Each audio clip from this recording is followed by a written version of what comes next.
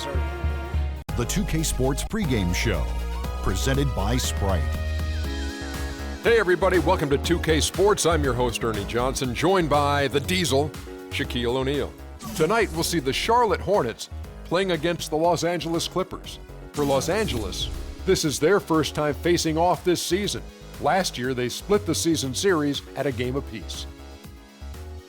So, Shaq, you look at the league as a whole right now and all the young talent that's in here. If there were some way to put you in game shape so you could dress out today, who would you like to play with? A flyover and gorgeous look at the Charlotte skyline. It's live coverage of the NBA on Monday night. Thank you for joining us here on 2K Sports. Kevin Harlan here with Steve Kerr, Clark Kellogg, and Doris Burke. And back in Charlotte, following the road trip, it's the Hornets back on their home floor. And, of course, they're still without Kemba Walker. Kevin, so far they've been doing just fine without him. They took on a much different look when he went down, but it seemed to have suited them. They've added a few dimensions to their game that maybe they didn't even know they had before. You know, sometimes it's one of the strangely beneficial things about an injury. You start to figure out other dynamics to your team. You know, certain players may step up and develop. And now, once he's healthy and he comes back, you're actually stronger than you were in the first place. Here are the five for the Blake Griffin down low and DeAndre Jordan. CP3 and Jamal Crawford make the backcourt. And it's Barnes at the three, the small forward. Good. At his first basket. I don't know what his percentage is from that range. I mean, it's sky high. Looking at Los Angeles. Turn it around after the loss to the Grizzlies. And you don't need to deep into the box score to figure out why they lost the game. I mean, their shooting percentage was abysmal. You know, sometimes we talk about the defense getting into the heads of the opposing, but it seemed that night they got in their own heads, couldn't get out of the way as they lost confidence at the offensive end. Henderson after the miss.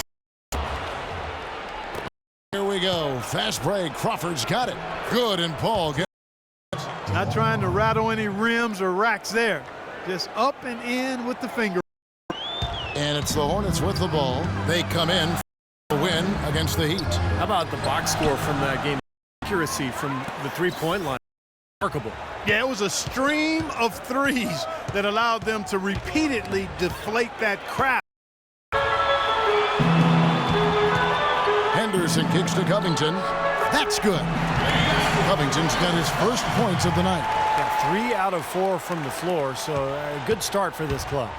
A big part of last year's turnaround in Charlotte was the team's ability to game wins. I mean, they did that in this building, and typically they just found a way to stay at it and never give up. The shot's good from Jordan. Hornets have gone 3 of 4 from the field to start out the game. Now it's sent it down to Doris Burke, who is able to catch up with Coach Doc Rivers. He talked about the impact of opposing big man Andrew Bogut, saying there just aren't that many 7-footers with his kind of game. A great interior defender first and foremost. We can't get tunnel vision when we attack the rim. He's got size and strength, and we can't allow him to bully us for offensive rebounds. Let's see if they can keep Bogut from having a big game, guys. And as always, Doris, thank you. Well, Jamal Crawford has proven that no matter what role he plays, just call him buckets. He can flat out put the ball in the basket. You got to give him a lot of credit, though. He does change his game quite a bit depending on if he's coming off the bench or starting. I think that speaks to his IQ. And as you said with Jamal, a lot of players can't really make that change between being a starter or a sub, but he does it so smoothly in such short time. It really adds a lot of utility to this team. Well, Crawford described it perfectly, Clark, when he said as a 6'9", you have to come in and push yourself into the game. As a starter, the pressure isn't there as much as you can go with the flow. Yeah, players like him can often do one or the other. Come in off the bench or let the game come to you, but rarely can they assess what the team needs like Crawford does and adjust on the fly so smoothly. And unable there to get the go-ahead bucket. There's no getting around the simple fact the shot he has to knock down. And in this first quarter, about played. High post shot, and the shot is good. Crawford's got 6. And they have to mix it up defensively. That was just too easy. Hornets have gotten 4 of 6 field goal attempts to drop in the first quarter. And Roberts kicks to Anderson. Bogut trying to get open. And the whistle blows. It's going to be on Andrew Bogut. That'll be his second foul of the game. And that's 2 fouls for him very early in this ball game. He'll probably have to spend some time on the bench before halftime. And the Hornets making a change here. Biombo's checked in. The shot's good from Griffin. It's going to be tough for the defense today. If he's got his A game rolling here tonight, we'll see. Hornets trail by 3. Roberts dishes to Covington. And foul called as he misses. He'll go to the line and shoot 2. You know, one story that didn't get a lot of press last season, 2 days after the Bledsoe trade, they didn't give him the go-ahead. The ownership tried to back out of it. The trade was already public news, and Doc Rivers actually threatened to quit before their ownership backed down. And for J.J. Redick, that shakeup must have been tough. His contract with the Clippers was contingent on the trade. And Kevin, reportedly, Doc Rivers leaned on ownership pretty hard, saying, hey, I shook hands on this. Don't make me look bad here. Our reputation's at stake. It all worked out, but a reminder of the Clippers' rather dysfunctional past. Matt Barnes, really a good glue guy. He rebounds, defends. He's gotten better with his outside shot, and he can really run the lane. And he's always had a toughness and a fearlessness that I think a lot of coaches love. Now here's Henderson. A 14-point game for him in the win against the Heat in Miami. Biombo, no luck. He still couldn't finish, even though it looked like he had a lane to the rim. But too often, that's the story for him. Paul kicks to Crawford. Back to Paul. Takes the 3. Can't hit. And Charlotte will go the other way with it. Well, it happens. He's wide open, but just couldn't get it to go. Offensive rebound. Green. Charlotte again missing. Stayed right with him. I think that's excellent work down low. Showing really nice technique and making it very difficult to operate offensively. Jordan sets the pick for Paul. Over in the corner, Barnes. From the arc. That's good from Paul on the assist by Barnes. And you look at advanced plus-minus measurements, Matt Barnes rates very well. Not surprised by that, Kevin. He brings so much energy at both ends of the floor. He does a lot of those little intangible things that don't always show up on the stat sheet. And Stevenson's checked in for Charlotte. And the Clippers making a change here as well. Redick is checked in. He's far too tentative in the paint, and even more so when the defender is up tight on him like that time. Into Jordan. The layup missed. Hornets trail by 6. Henderson passes to Stevenson. And taken away by Paul. Inside. And that one's good. Barnes. And a breakdown here, guys. The hustle stats for the Clippers. Well, I think the defensive aggressiveness on display here has caught him off guard. Playing airtight defense and coming up with the steals. Well, the other thing I like is defensively they're causing turnovers, and that's allowing them to get into transition. You really don't want to see him missing those mid-range shots, but when he's open, he's got to shoot it.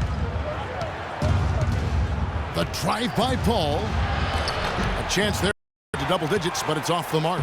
And a fast break now for the Hornets. Henderson, no one around him.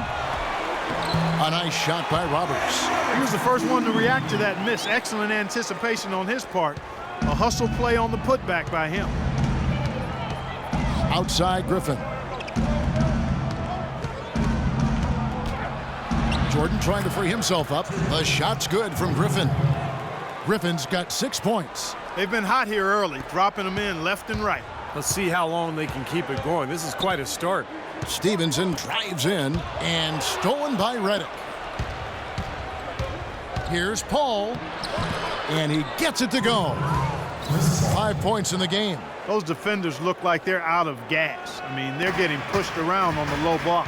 Well, their energy is lacking. They've got to start playing harder and battle down in the paint.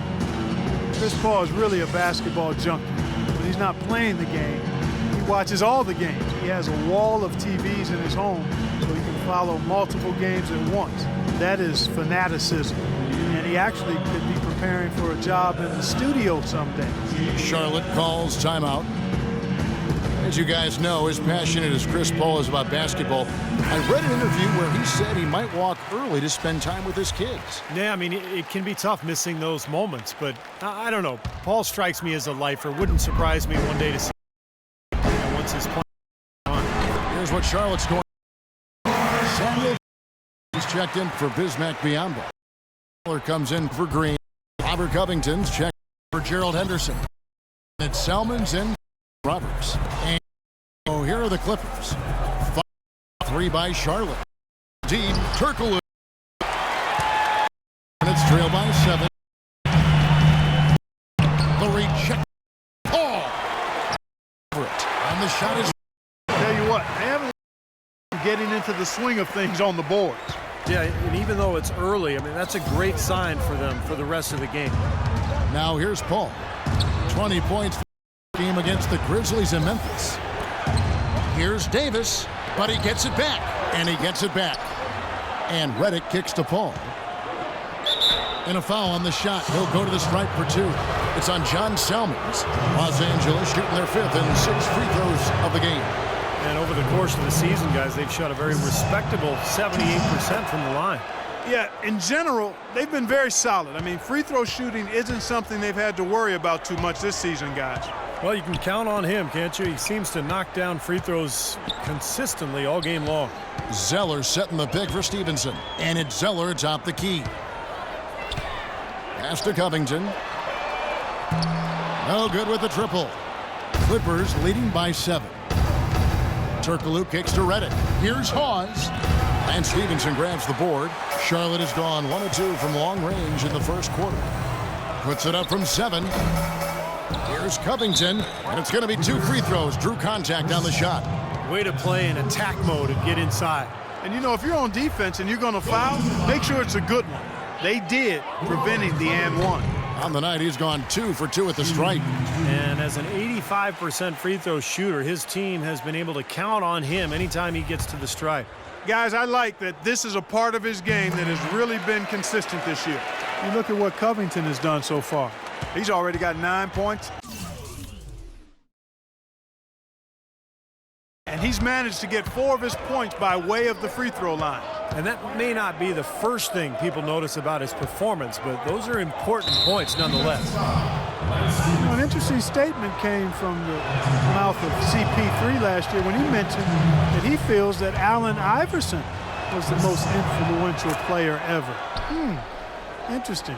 Most probably would have said Jordan. You talk about Allen Iverson's influence. You know, Chris Paul wears the number 3 jersey in honor of Iverson. Paul was about 10 years old when the answer started his NBA career, so huge influence.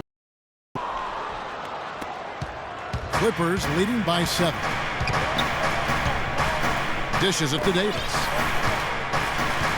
To the left side wing. Turkoglu inside the line. Gets the jumper from the corner to fall. Turkoglu's got his first points of the night. Well, when the double team's in play offensively. Stevenson outside. Shoots the 3. And the officials call over the back. A little too aggressive there.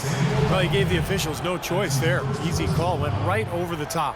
Yeah, he's got to go straight up when he's under the boards in that kind of traffic. You can't chest first into the man in front of you. That's a foul. And that one misses. And the Hornets making a change here. And that trip coming up empty. Missing both. A free-flowing first quarter. Great scoring through 1. The Clippers on top, leading by 9. And Sunday, November 30th. Stephen.